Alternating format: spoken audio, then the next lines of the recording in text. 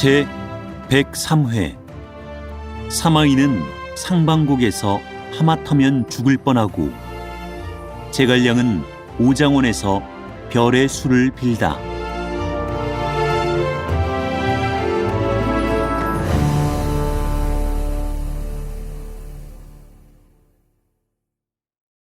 이때 사마이는 장익과 요하에게 엄습을 받아 싸움에 패하고 필마단창으로 빽빽한 숲속을 바라고 달아났다. 장익은 그 자리에서 후군을 수습하고 요하가 앞장서서 사마이의 뒤를 쫓았다. 그가 거의 쫓아가 잡게 되었을 때 사마이가 당황해 나무를 안고 돌아가는 걸 한 칼로 내리찍는다는 것이 그만 나무를 찢고 말았다. 요하는 급히 나무에 박힌 칼을 뽑아냈다. 그 사이에 사마이는 수림을 빠져나갔다. 요하는 뒤미쳐 쫓아나갔으나 어디로 갔는지를 모르겠는데 문득 보니 수림 동편에 금투구 한 개가 길 위에 떨어져 있다. 요하는 그 투구를 집어서 말 안장에 달고 곧장 동쪽을 바라고 쫓아갔다. 원래 사마이는 금투구를 수림 동쪽에 버리고는 슬쩍 서편을 향해서 달아났던 것이다. 요하는 뒤를 쫓아 30리나 갔으나 그 종적을 찾지 못하고 공문으로 달려나갔다가 강유와 서로 만나 함께 영채로 돌아가서 공명을 보았다. 이때 벌써 장의는 모구 유마를 몰고 영채로 돌아와 군중의 교부한 뒤였는데 노획환 군량이 마녀 석이나 되었다.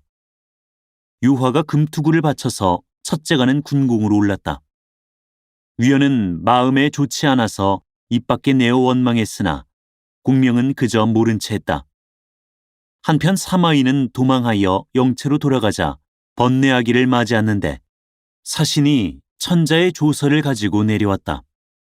조서의 내용인즉 동호에서 세 길로 나뉘어 경계를 범해 들어왔으므로 조정에서 장수를 보내서 대적하려 하니 사마이 등은 경계를 굳게 지키고 싸우지 말라는 것이었다. 사마이는 조서를 받고 나서 더욱 방비를 튼튼히 하고 굳게 지키고 앉아 나가지 않았다. 한편 조예는 손권이 군사를 삼로로 나누어 들어온다는 말을 듣자 역시 군사를 일으켜 삼로로 맞아 싸우기로 하고 유수에게 명하여 군사를 거느리고 가서 강하를 구하게 하며 전예에게는 군사를 거느려 양양을 구하게 하고 조예 자신은 만총과 더불어 대군을 이끌어 합비를 구하기로 했다. 만총이 전군의 군사들을 거느리고 소호구에 이르러 바라보니 동쪽 언덕에 전선이 무수하고 정기가 정제하다. 만총은 군중에 들어가 천자에게 아뢰었다. 오나라 군사들이 필연 우리 군사가 멀리 온 것을 얕보아 방비하지 않고 있사오니 오늘 밤에 적들의 허한 틈을 타서 그 수체를 습격하오면 반드시 승리할 수 있으리라 요량하나이다. 경의 말이 바로 짐의 뜻과 같도다. 조예는 즉시 용장 장구에게 병사 5,000명을 거느리고 나가되 각각 불놓는 기구를 지니고 호구로부터 들어가 적을 치게 했다. 또한 만총은 군사 5,000명을 거느려 동쪽 언덕으로 쳐들어가게 했다. 이날 밤 이경에 장구와 만총은 각각 군사를 거느리고 가만히 호구를 바라고 나아가 동호 수채 가까이 이르자 일제히 아우성치며 지쳐 들어갔다. 동호 군사들이 당황해서 싸우지도 못하고 그냥 달아나는 걸 위병은 사면에 불을 질러서 전선 양초 기구들을 수도 없이 태웠다. 제갈근은 패병을 거느리고 면수어기로 도망해 갔다. 위병은 크게 이기고 돌아갔다. 이튿날 초마가 이 소식을 육손에게 고했다. 육손이 여러 장수를 모아놓고 말했다. 나는 주상께 표문을 올려 신성의 포위를 풀어 그 군사로 위병에 돌아갈 길을 끊게 하시라 청하고서 군사를 휘동해서 정면으로부터 쳐들어가려 하오. 앞뒤로 협격을 받으면 적들도 막을 수 없을 것이니 한번 북쳐서 가히 깨뜨릴 수 있으리다. 모든 사람이 그 말에 감복한다. 육손은 즉시 표문을 갖추어 소교 1명을 불러서 신성으로 몰래 가져가게 했다. 소교가 영을 받자 표문을 가지고 가다가 나루터에서 뜻밖에도 매복해 있던 위병에게 붙잡혀 위병 군중으로 끌려갔다. 위나라 임금 조예는 육손의 표문을 뒤져내어 읽고 나자 동호 육손이 참으로 교묘한 계책을 쓰는구나 하고 감탄하며 동호의 소교를 가두어 두고 유소에게 명하여 손곤의 후군을 방비시켰다. 이때 제갈근은 싸움에 크게 패한 데다가 또 마침 여름철이라 사람이나 말이나 병에 많이 걸렸으므로 육손에게 글을 써보냈다. 그와 상의하고 군사를 거두어 귀국하려 한 것이다. 육손은 글을 보고 나서 온 사람에게 말했다. 장군께 말씀을 올려다오. 내게 일정한 주장이 있다고. 사자가 돌아가서 제갈근에게 그대로 고하자 제갈근은 그에게 한마디 물었다. 육장군께서 무얼 하고 계시더냐? 육장군께서는 여러 사람을 재촉하여 영체 밖에 콩을 심게 하시고 당신은 여러 장수와 원문에서 활을 쏘며 놀고 계셨소이다. 제갈근은 크게 놀라 친히 육손의 영체로 가서 그를 보고 물었다. 조예가 친히 출전하고 그 병세가 심히 성한데 도독은 어떻게 이를 막으려 하십니까? 내가 앞서 사람을 시켜 주상께 표문을 올리게 했더니 뜻밖에도 사자가 위병의 손에 붙들리고 말았소이다. 우리의 계책이 이미 누설되었으니 적들이 필시 방비를 엄하게 할 것은 정한 이치요. 이제는 싸워본데도 무익할 일이니 물러가는 이만 못할 것입니다. 그래서 사람을 시켜 표문을 올리고 주상께 서서히 퇴근하도록 윤호해 주십사 취품하였소이다. 도독에게 그럴 마음이 있으시다면 속히 퇴근하도록 하실 일이지 왜 또 시일을 지연하고 계십니까? 우리 군사가 물러가려면 마땅히 서서히 동의해야 합니다. 급하게 물러가면 위병이 승세를 타서 뒤를 쫓을 것입니다. 이러면 필연 패하고 맙니다. 조카는 먼저 선척을 정돈해서 거짓 적을 막으려는 듯이 보이시오. 나는 인마를 양양으로 향하게 해서 적을 미혹시키는 계책을 쓴 연후에 서서히 퇴군하여 강동으로 돌아가겠습니다. 그러면 위병이 감히 가까이 오지 못할 것입니다. 제갈근은 그 계책을 따라 육손을 하직하고 본영으로 돌아오자 선척을 정돈해 떠날 차비를 하고 육손은 또한 대오를 정제히 하여 허장성세하며 양양을 향해서 나아갔다. 세작이 이 일을 알아내어 위나라 임금에게 동호 군사가 이미 동의했으니 방비하도록 하라고 고했다. 장수들이 듣고 모두 나가서 싸우겠다고 한다. 그러나 조예는 육손의 재주를 알고 있는 터라 육손은 꾀쟁이라 혹시 적을 유인하는 계책을 쓰는 것일지도 모르니 섣불리 나가서는 안 되리라 하고 장수들을 타일렀다. 그들은 나가지 않았는데 수일이 지나서 초마가 들어와 고한다. 동호의 삼로 병마가 다 물러갔소이다. 조예는 믿지 않고 다시 사람을 시켜서 알아봤는데 과연 모조리 물러갔다는 것이다.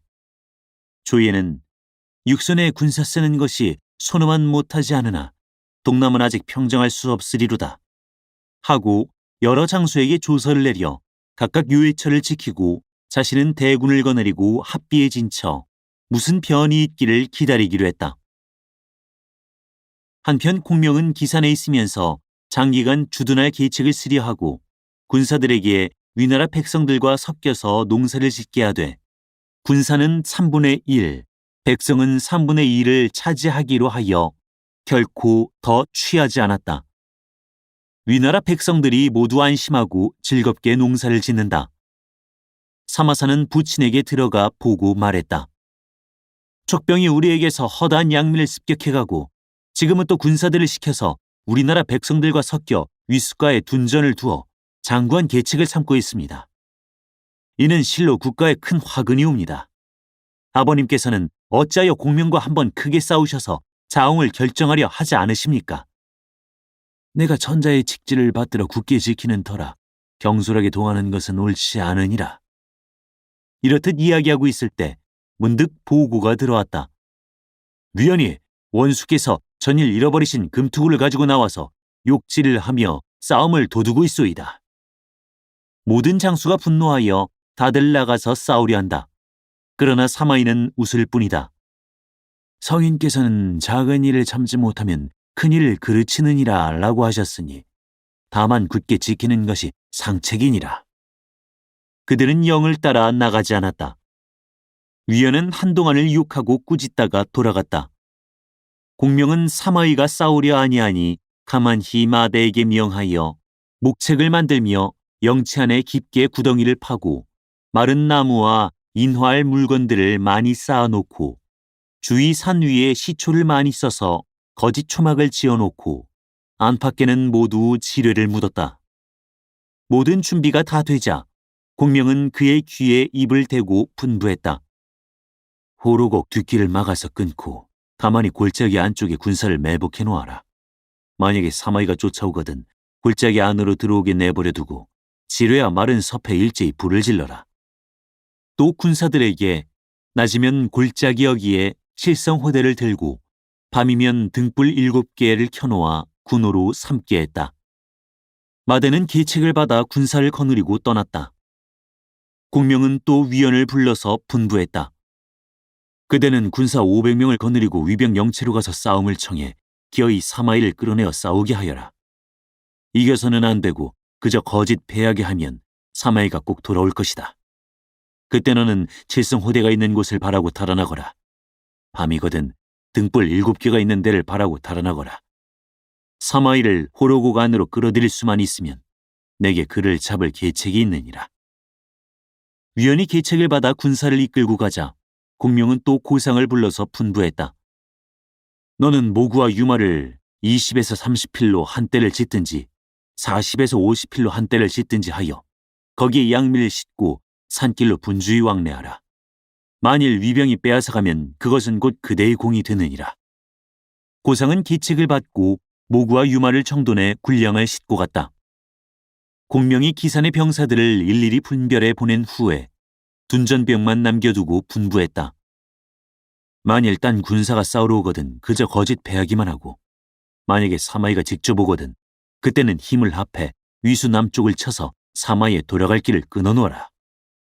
공명은 다 분별하고 나자 몸소 1군을 거느리고 상방곡 가까이 영체를 세웠다. 한편 하후해와 하후화 두 사람이 영체로 들어가서 사마이를 보고 고했다. 지금 촉병이 사면으로 흩어져서 영체를 세우고 각 처에 둔전을 두어 장구한 계책을 삼고 있으니 지금 없애지 않고 그대로 버려두면 안 되오리다. 날이 지나 그 근본이 꽉 굳어지면 요동키가 어려울 것입니다. 사마이는 한마디로 대답할 뿐이다. 이것도 필시 공명의 계견이라. 도독께서 만약에 이처럼 의심만 하시면 적을 어느 때 가서 멸하오리까. 저희 두 사람이 힘을 다해서 죽기로 싸워 나라 은희에 보답하겠습니다. 그렇다면 그대 둘이 길을 나누어 나가서 싸우도록 해라. 그는 하후해와 하후화에게 각각 병사 5,000명을 거느리고 나가게 한 다음 앉아서 회보를 기다렸다. 하후해, 하후화 두 사람이 군사를 양로로 나누어 한창 행군하는 중에 문득 보니 촉병들이 모구 유마를 몰고 온다. 두 사람은 일제히 지쳐나가 들이쳤다. 촉병이 대패해서 그대로 달아났다. 위병들은 모구 유마를 다 빼앗아 사마이의 영중으로 보냈다. 이튿날 두 사람은 또 촉병 100여 명을 사로잡아서 역시 대체로 보내왔다. 사마이가 온 촉병들을 데리고서 으르고 달래가며 촉군의 허실을 물어보니 그들이 하는 말이 공명은 도독께서 오직 굳게 지키고만 계시고 나오시지는 않으리라 생각해 소인들로 모두 사면에 흩어져 밭을 경작하게 해서 장구한 계책을 삼은 것인데 뜻밖에도 이처럼 잡혀왔소이다. 라고 했다. 사마이는 곧 촉병들을 모조리 놓아보냈다. 하후화가 물었다. 어찌하여 죽이지 않으십니까? 그까지 소졸들은 죽여서 유익할 것이 없소. 차라리 본체로 놓아보내서 위나라 대장이 관우하고 인자하다는 소문을 내게 하여 그들의 싸울 마음을 풀어주는 것이 좋소. 이는 바로 여몽이 형주를 취하던 계책이요. 사마이는 영을 전해서 금후에 무릇 사로잡은 촉병이 있으면 모두 곱게 놓아주라 하고 공이 있는 장리들에게 상을 내리라 했다. 장수들은 모두 영을 듣고 갔다. 한편 공명이 고상에게 거짓 양추를 운반하는 체하고 모구와 유마를 몰아 상방곡 안으로 왕래하게 했는데 하후해의 무리는 그들을 맞고 쳐서 반달도 못 가서 여러 차례 이겼다. 사마이는 촉병이 여러 차례 패한 것을 보고 흐뭇해했는데 하루는 또 촉병 수십인을 잡아왔으므로 장하로 불러들여 물었다. 공명이 지금 어디 있느냐? 촉병들이 아랜다. 제갈 승상께서 기산에 계시지 않고 상방곡 서편 심리에 영체를 세우고 그것에 들어가 계신데 매일 양초를 운반하여 상방곡에 쌓아놓고 계십니다. 사마이는 자세히 묻고 나서 곧 촉병들을 놓아보내고 여러 장수를 불러 분부했다. 공명이 지금 기산에 있지 않고 상방곡에 진을 치고 있으니 그대들은 내일 힘을 합해서 기산 대체를 쳐 취하도록 하라. 나도 직접 군사를 이끌고 가서 돕겠다. 모든 장수가 명을 받고 나가서 싸울 준비를 했다. 사마사가 물었다. 아버님은 어인 까닭으로 상방곡은 치지 않고 도리어 기산을 치려 하십니까? 기산은 촉병의 근본이라 만약 우리 군사가 치는 것을 보면 각 영에서 필연 모두 와서 구할 것이다. 그때 우리가 뒤쪽으로 상방곡을 쳐서 그 양초를 불살라 저희로 하여금 머리와 꼬리가 서로 접하지 못하게 하면 적은 크게 패할 것이다. 사마사는 배복했다. 사마이는 곧 군사를 거느리고 나가며 장호와 악침으로 하여금 각각 병사 5,000명을 거느리고 뒤에서 지원하게 했다. 이때 공명은 산 위에서 위병들이 4,000~5,000명이 한 대도 되고 1,000~2,000명이 한 대를 이루어 대오도 정돈하지 않고 앞뒤를 돌아보며 가고 있는 것을 바라보고 필시 기산 대치를 취하러 가는 것이라 짐작하고 곧 여러 장수에게 가만히 영을 전하여 분부했다. 만약에 사마이가 친히 오거든 그대들은 바로 가서 위병의 영체를 습격하고 위수 남쪽 땅을 빼앗아라. 장수들은 저마다 영을 들었다. 한편 위병이 모두 기산 대체로 달려가자 촉병들은 짐짓 기산을 지원하는 형세를 보여 사면에서 일제히 아우성을 치며 몰려왔다. 사마이는 촉병들이 모두 기산 대체를 지원하러 가는 것을 보자 그 길로 두 아들과 중군을 호위하는 인마들을 거느리고 상방곡으로 지쳐 들어갔다. 이때 위원은 상방곡 어귀에서 사마이가 오기만 기다리고 있었다. 그런데 갑자기 한때 위병이 지쳐 들어오므로 위원은 말을 몰아 앞으로 나가서 자세히 보았다. 바로 사마이다. 사마이야, 도망하지 마라! 위원은 호통치고 칼을 춤추며 내달아 맞았다. 사마이는 창을 꼬나잡고 그와 접전했다. 삼합이 못되어 위원이 문득 말머리를 돌려 달아났다. 사마이는 그 뒤를 쫓았다. 위원은 다만 칠성호대가 걸려있는 곳만 바라고 말을 달려 들어갔다. 사마이는 위원이 단지 혼자에 또 그 군사도 적은 것을 보고서 마음을 놓고 뒤를 쫓는데 사마사를 좌편에 사마소를 우편에 있게 하고 자기는 한가운데서 일제히 쳐들어갔다. 위원이 500명을 이끌고 골짜기 안으로 들어갔다. 사마이는 어귀까지 이르자 먼저 사람을 시켜서 골짜기 안으로 들어가 초탐해 보게 했는데 돌아와 고하는 말이 골짜기 안에 복병이라고는 없고 산 위는 초막뿐이더라는 것이다. 사마이는 그 말을 듣고 이는 양초를 쌓아두는 곳이 틀림없다 하고 군사를 휘몰아 골짜기 안으로 들어갔다. 그러자 문득 보니 초막에 그득한 것이 모두가 마른 나무요. 앞에 달리던 위원도 어디로 갔는지 보이지 않는다. 사마이가 의심이 들어 두 아들을 보고 촉병이 공문을 막아놓으면 어찌 하는가?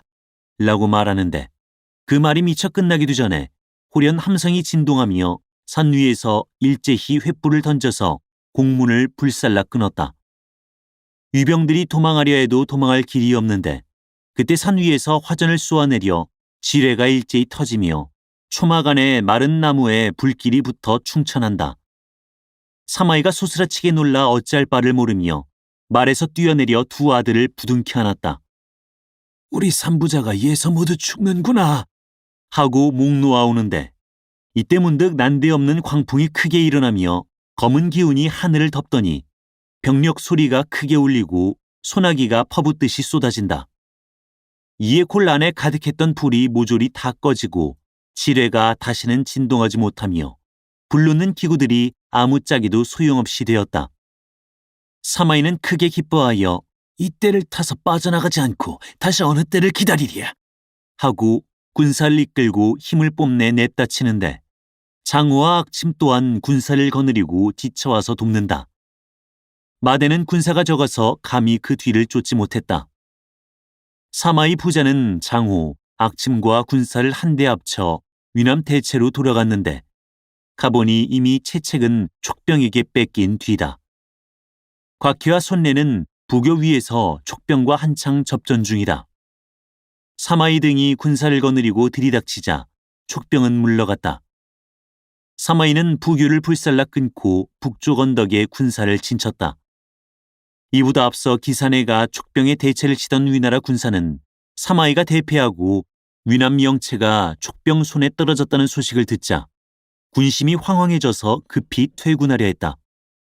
그런데 이때 사면에서 촉병들이 덮쳐드는 통에 크게 패해서 열의 8-9이 상하고 죽은 자가 무수하며 남은 자들은 그대로 도망해 위수 북쪽 언덕으로 건너가서 겨우 목숨을 부지했다. 처음에 공명은 산 위에서 위연히 사마이를 꿰어 상방곡 안으로 끌어들이자 삽시간에 화광이 크게 일어나는 것을 보고 사마이가 이번에는 갈 데 없이 죽었느니라고 기뻐했는데 뜻밖에도 하늘이 큰 비를 내려 불이 더 붙지 못하고 얼마 있다가 초마가 와서 사마이 3부자가 다 도망이 갔다는 바람에 저도 모르게 한숨이 나왔다. 모사는 제인이요 성사는 제천이라 하더니 억지로 할 수 없는 일이로고. 후세 사람이 시를 지어 탄식했다. 광풍은 골 안에 몰아치고 홍염이 날뛰는데 얄궂다 푸른 하늘에 소나기는 무슨 일로 퍼붓는고. 무후의 묘한 계책 성취가 되었으면 강산이 어찌 진나라에 속했으랴. 이때 사마이는 위북영체 안에서 영을 전했다.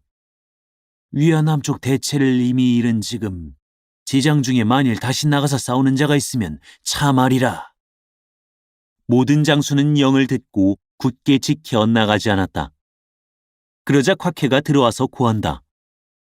요사이 공명이 군사를 데리고 순추하고 있는 모양이 필연 어디에 땅을 가려 영체를 세울 모양인 것 같습니다.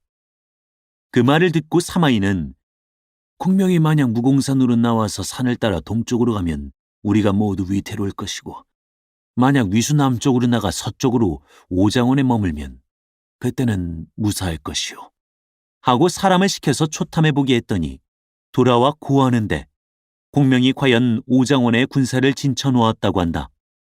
사마이는 손을 들어 이마에 대면서 이는 대위 황제의 공복이시다 하고 모든 장수에게 영을 내렸다.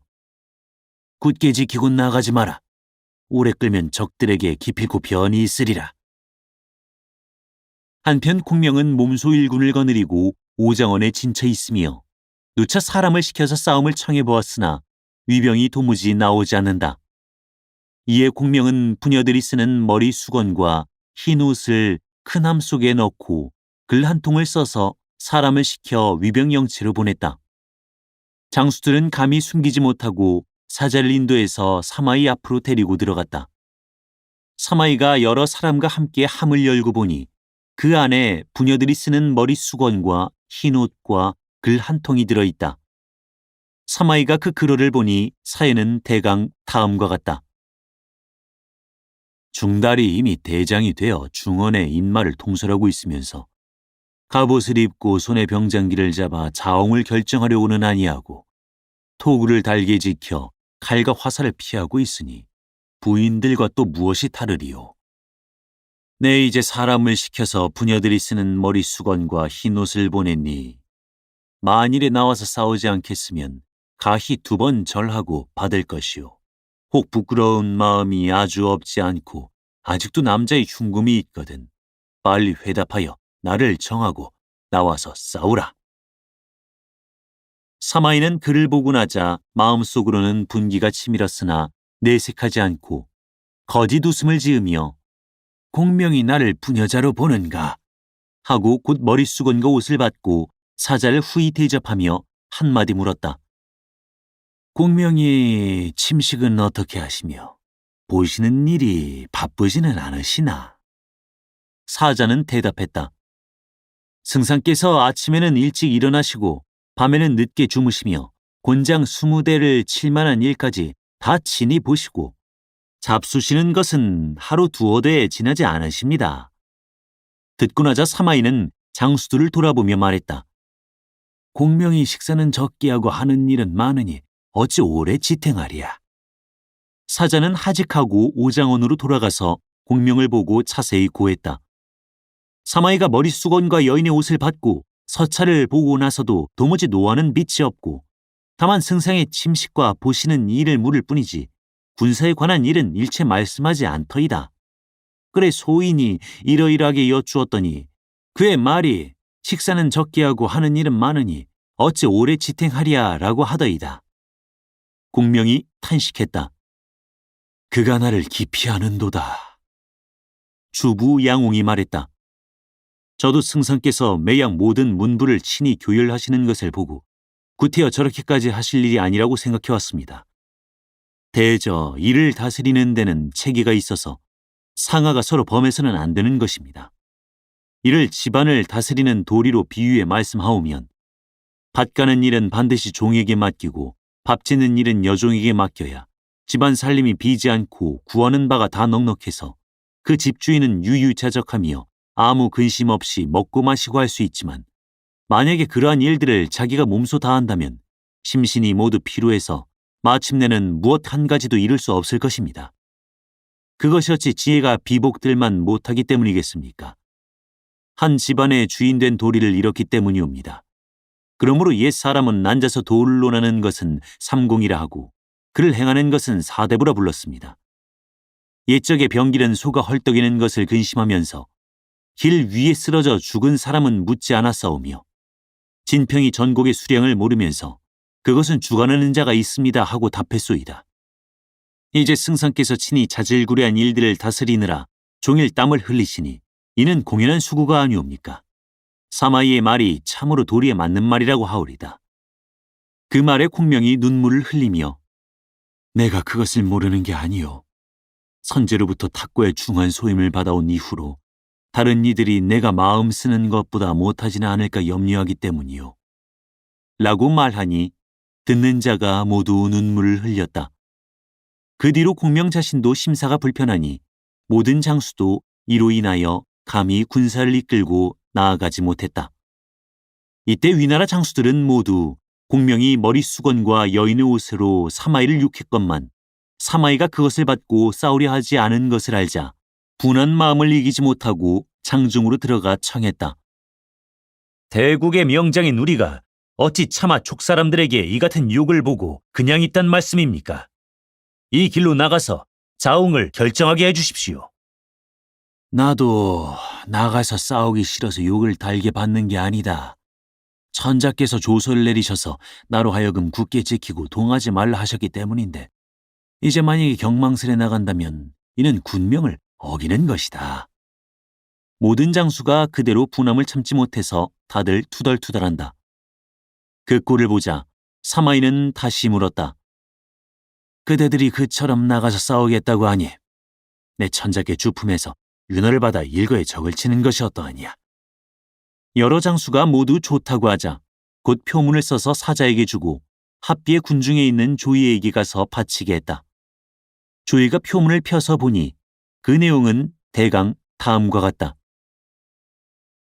신이 재주 없는 몸으로 중한 소임을 받고 엎드려 직지를 받들어 굳게 지키고 싸우지 않으며 촉병이 제풀에 쓰러지기를 기다리고 있던 바 제갈량이 신에게 머릿수건을 보내서 신을 부녀자로 대하오니 이런 치욕이 또 어디 있겠습니까?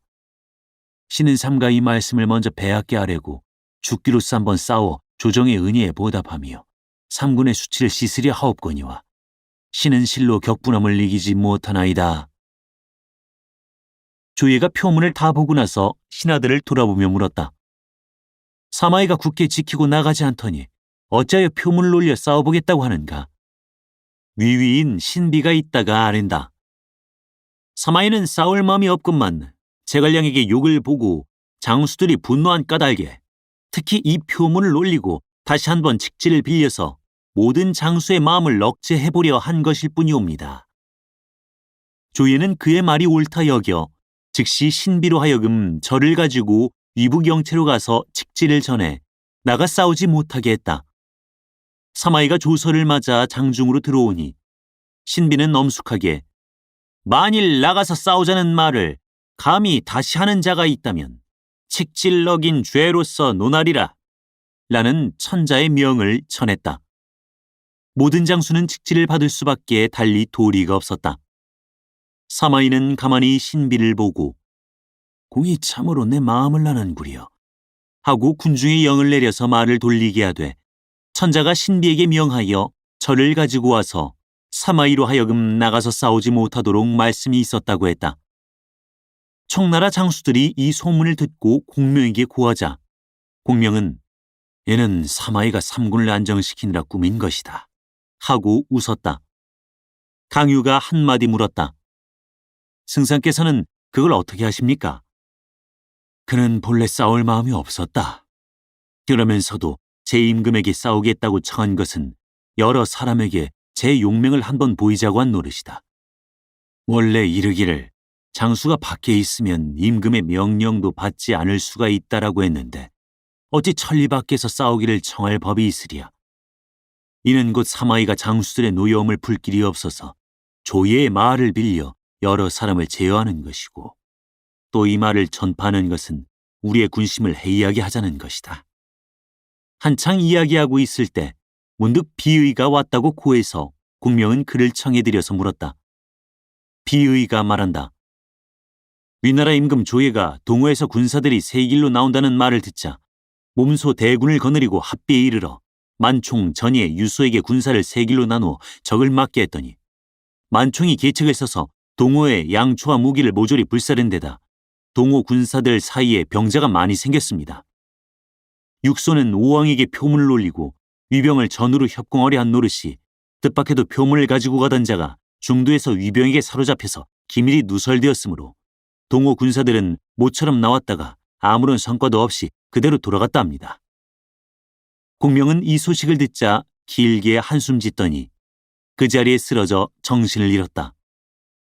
여러 장수가 급히 구호해서 얼마 후에 깨어났으나 공명은 탄식한다. 내가 마음이 산란하고 오랜 병이 재발하니 아마도 오래 살지 못할까 하오. 이날 밤에 공명은 병을 무릅쓰고 장막 밖으로 나가 천문을 우러러보다가 소시라치게 놀라고 당황하여 다시 장중으로 들어오자 강유를 보고 말했다. 내 명이 조석에 놓여 있다. 강유는 놀라서 물었다. 승상께서는 어찌하여 그런 말씀을 하십니까? 내 봄에 삼태성 가운데 객성이 배나 더 밝고 주성은 깊이 숨었으며 서로 돕는 무별들이 모두 빛이 어둡구나. 천상이 이러하니 내 명을 가히 알 수 있지 않느냐. 천상은 비록 그러하오나 기양하는 법이 있는데 승상께서는 왜 그 법을 써서 만회해 보려 아니하십니까? 내가 본래 기양하는 법을 알고 있으나 하늘의 뜻이 어떠하신지 모르겠다.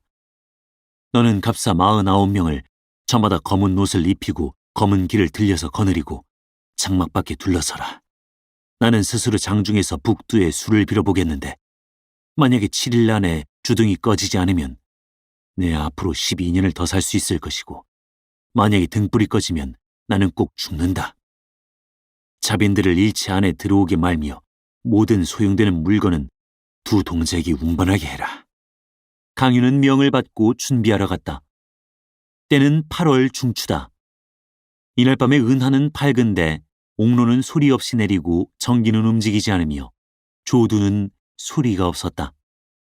강유는 장막 밖에서 갑사 49명을 거느리며 지켜서고 공명은 장중에서 친히 향화 제물을 배설해 놓았고 또 땅 위에는 큰 등잔 7개를 버려놓고 그 밖으로 작은 등잔 49개를 둘러놓고 안에 본명 등 1개를 놓아두었다. 공명이 절하고 빌었다. 양이 난세에 나서 수풀과 샘물 사이에서 늙으려 했다가 소열 황제로부터 삼고의 은혜와 탁고의 중임을 받자 왔음에 감히 견마의 수고를 다하지 않을 수 없어 국적을 토벌하기를 맹세했더니 뜻밖에도 장성이 떨어지려 하고 양수가 다하려 하옵기에 삼과 그러를 써 위로 창천에 고아옵나니 엎드려 바라옵건대 옥황상제께서는 굽어 살피시어 신의 명을 늘려주시오. 위로는 임금의 은혜에 보답하옵고 아래로는 백성들의 목숨을 구하오며 옛 문물을 회복하옵고 한실 종사를 길이 이어나가도록 하여 주소서. 감히 망령되이 비는 것이 아니옵고 실로 사정이 절박하여 아래는 바로소이다. 절하고 빌기를 마치자 공명은 장중에서 그대로 부복하여 날 팔기를 기다렸다. 이튿날 병을 무릅쓰고 일을 보는데 쉴 사이 없이 피를 토하면서도 낮에는 군기를 의논하고 밤에는 북두칠성에 술을 빈다. 한편 사마이는 영체 안에 들어앉아서 굳게 지키기만 하더니 하루는 밤에 천문을 우러러보고 크게 기뻐하여 하후페에게 말했다. 내 봄에 장성이 제자리를 잃었으니 공명이 필연 병이 들어 오래지 않아 죽을 것이다. 네 군사 1000명을 거느리고 오장원으로 가서 조탐해 보아라. 만약에 족병이 혼란에 빠져서 접전하려 나오지 않으면 공명의 병이 중한 것이다. 그러면 나는 승세에서 지겠다. 하후페는 군사를 거느리고 갔다. 이때 공명이 장중에서 술을 빌기 이미 6밤째 되었는데 주둥이 불빛이 밝은 것을 보고 내심에 매우 기뻐했다. 강유가 장중으로 들어가 보니 마침 공명이 머리를 풀고 칼을 들고 답강 보두하여 장성을 진압하고 있는 중인데 문득 영체 밖에서 함성이 들려왔다. 강유가 사람을 내보내서 알아보려 할 때 위원이 뛰어들어오며 위병이 옵니다 하고 아뢰는데 위원이 급한 걸음에 발길로 주둥을 차서 그만 불을 탁 꺼버리고 말았다. 공명은 손에 들었던 칼을 놓으며 죽고 사는 것이 운명이 있으니 빌어서는 얻지 못하리라 하고 탄식했다. 위원이 황궁에서 땅에 엎드려 죄를 청한다. 강유는 분노하여 칼을 빼들고 위원을 죽이려 했다. 세상 만사의 주인은 사람이 아닌 법. 지성을 가지고도 수명과는 못 다투리. 위원의 목숨이 어찌 되려는고 다음 회를 보라.